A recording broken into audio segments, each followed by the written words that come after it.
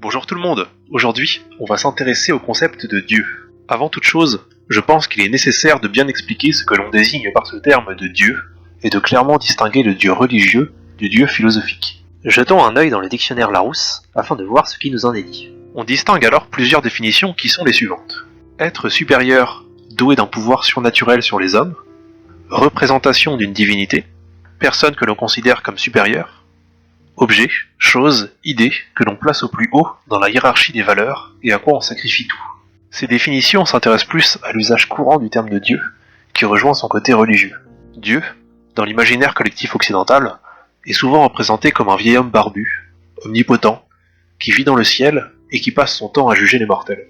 Ici, on dresse volontairement une image assez caricaturale du Dieu unique commun aux trois monothéismes, judaïsme, christianisme et islam. Cependant, ce n'est pas de ce Dieu-ci dont je souhaitais parler aujourd'hui, mais plutôt du concept de Dieu, tel que celui-ci a pu être défini dans l'histoire de la philosophie, comme l'être infini, parfait, sans limite, accompli, qui contient tout ce que l'on peut déterminer et à qui il ne manque rien. Ici, contrairement aux religions, il ne s'agit pas de fonder l'existence d'un tel être sur une révélation et sur des dogmes, mais plutôt sur une démonstration rationnelle et méthodique. Il s'agit de suivre une démarche exigeante et une méthode rigoureuse dans le but de faire des démonstrations. Dieu, étant un concept métaphysique, on cherche à trouver l'essence des choses et à atteindre l'universel. Il ne faut donc jamais utiliser de méthode descriptive, car la description développe la singularité de l'objet décrit, et que l'on souhaite précisément dépasser cette même singularité. On recherche la nécessité ontologique des choses dans le cadre d'un idéal de scientificité affiné, mais difficilement réalisé. Nous allons donc nous intéresser à la théologie rationnelle, c'est-à-dire à l'étude de Dieu par la seule raison, qui est pensée comme un pur concept, par opposition à la théologie sacrée, qui est la représentation de Dieu selon la Genèse et les textes sacrés, sous la forme d'un récit qui relève du dogme. Dans la religion, et particulièrement dans les trois monothéismes, on observe le même point de départ. L'idée de Dieu se fonde sur la révélation, qui est irrationnelle, et c'est de son interprétation qu'elle découle. Pour les trois monothéismes, on retrouve cette idée de Dieu unique, qui dépasse le multiple, non matériel, qui dépasse la matière, et créateur, qui fait sortir de son être tout ce qui est. Le concept métaphysique de Dieu est lui une idée formée par la raison, car c'est de cela qu'il s'agit. Former l'idée de Dieu de façon logique, ce qui implique de concevoir la notion d'infini par exemple, et de déduire de l'idée de Dieu s'il existe ou pas. Maintenant que nous savons plus précisément ce que l'on met derrière l'étiquette Dieu, nous pouvons essayer de déterminer si ce concept existe bel et bien, ou si celui-ci n'est qu'une invention des hommes, qu'une illusion rationnelle. Pour cela, je vous propose de lister une série d'arguments en faveur de l'existence de Dieu, accompagnés de leur potentielle réfutation, suivie d'une autre série contre l'existence de Dieu, avec, là aussi, les potentielles réfutations et critiques. Premier argument pour l'existence de Dieu, c'est l'argument ontologique, c'est-à-dire que je ne peux pas concevoir Dieu sans existence, car Dieu est l'être parfait. Il possède toutes les qualités, dont l'existence. Donc, penser Dieu, c'est forcément penser son existence. Cela rejoint l'argument que développe Descartes dans ses méditations métaphysiques. Pour faire simple, Descartes déduit l'idée de Dieu à partir de l'idée d'infini. En effet, comment l'homme, qui est un être fini, pourrait-il avoir forgé lui-même l'idée d'infini? Cela est impossible pour Descartes, car une cause imparfaite ne peut être à l'origine d'un effet qui, quant à lui, est parfait. Si l'idée d'infini est en moi, c'est parce que Dieu l'y a mise. Donc, Dieu existe, et la preuve réside dans l'idée innée que nous avons de l'infini. Cependant, on peut réfuter l'argument ontologique en affirmant que l'existence n'est pas une propriété intrinsèque, que le concept de Dieu n'est qu'une possibilité qui ne prouve en rien son existence. Même s'il est vrai que pour penser Dieu, il est important que je suppose, l'espace d'un instant au moins, son existence, cela ne garantit en rien la réalité de son existence. On en vient ensuite à un deuxième argument, l'argument que l'on nomme cosmologique, ou de la cause première, c'est-à-dire que tout ce qui existe a une cause de son existence. Donc si l'univers a un commencement, alors il y a une cause première. Cet argument est d'ailleurs renforcé par la théorie du Big Bang. Mais cet argument peut aussi être réfuté. On peut dire qu'il y a des événements qui ne participent pas de la chaîne causale, que les choses ne peuvent être que pure contingence, que l'univers n'a pas été créé, mais qu'il a toujours existé. Vient ensuite l'argument téléologique, ou l'argument du dessein, qui est le constat de la présence de l'ordre dans la nature. Mais pourtant, la matière n'est naturellement pas ordonnée, donc il doit y avoir un principe externe qui a mis de l'ordre dans la nature. Mais Darwin pourrait réfuter facilement cet argument, avec son idée de sélection naturelle, pour qui le monde s'est ordonné progressivement.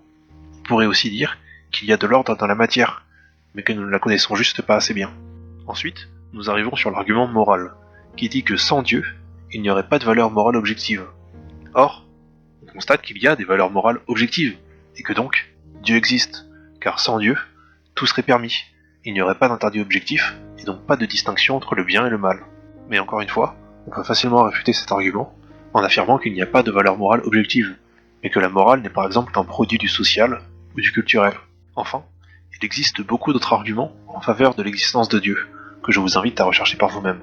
Quant à nous, il est temps de nous intéresser aux arguments contre l'existence de Dieu.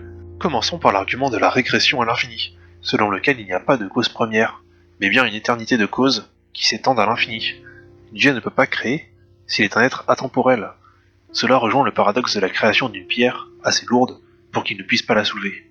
Mais là aussi, il y a réfutation. On peut dire qu'il n'est pas possible d'opposer une contradiction logique à Dieu, car il transcende la logique humaine. Vient ensuite l'argument de l'existence du mal et de l'imperfection du monde. En effet, si Dieu est infiniment bon, comment cela se fait-il que le mal existe dans le monde et que celui-ci soit imparfait et non à l'image de Dieu? Mais cette capacité que nous avons de faire le mal ne doit pas être vue comme une erreur commise par Dieu, mais plutôt comme la seule condition de la pleine réalisation de notre liberté, et comme notre moyen de nous élever en tant qu'êtres moraux. L'existence du mal est nécessaire en tant que potentialité pour l'existence du bien. Le problème ne viendrait donc pas de Dieu, mais des hommes qui font le mal plutôt que le bien. Nous pouvons également objecter à cet argument la théorie du monde parfait, dont nous ne pouvons simplement pas comprendre la perfection.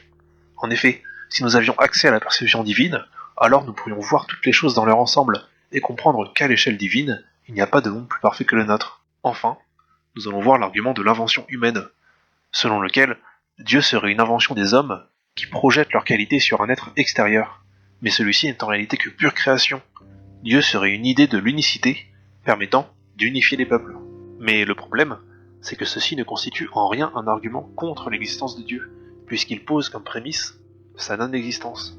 Et on pourrait encore continuer pendant très longtemps, et avec un grand nombre d'arguments pour et contre, mais aucun d'entre eux ne demeurerait indiscutable.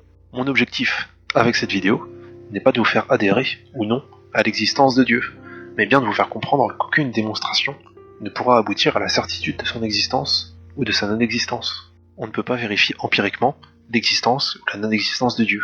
Ce concept n'est ni démontrable ni indémontrable. Mais pour autant, est-il vide de sens? Bien sûr que non. Ce concept demeure, de par son mystère, fondamental. L'incertitude que nous avons à l'égard de ce concept est fertile, car se questionner sur l'existence de Dieu, c'est se questionner sur l'existence tout court, sur ce que serait un être infini, et donc sur ce que nous sommes, nous, êtres finis. Il faut tout de même garder en mémoire que le concept de Dieu, peu importe ce que l'on en pense, cela reste un objet de croyance. Mais nous nous aventurons ici sur le terrain de la croyance, autre concept très vaste et tout aussi intéressant, qui mériterait une vidéo qui lui soit pleinement consacrée.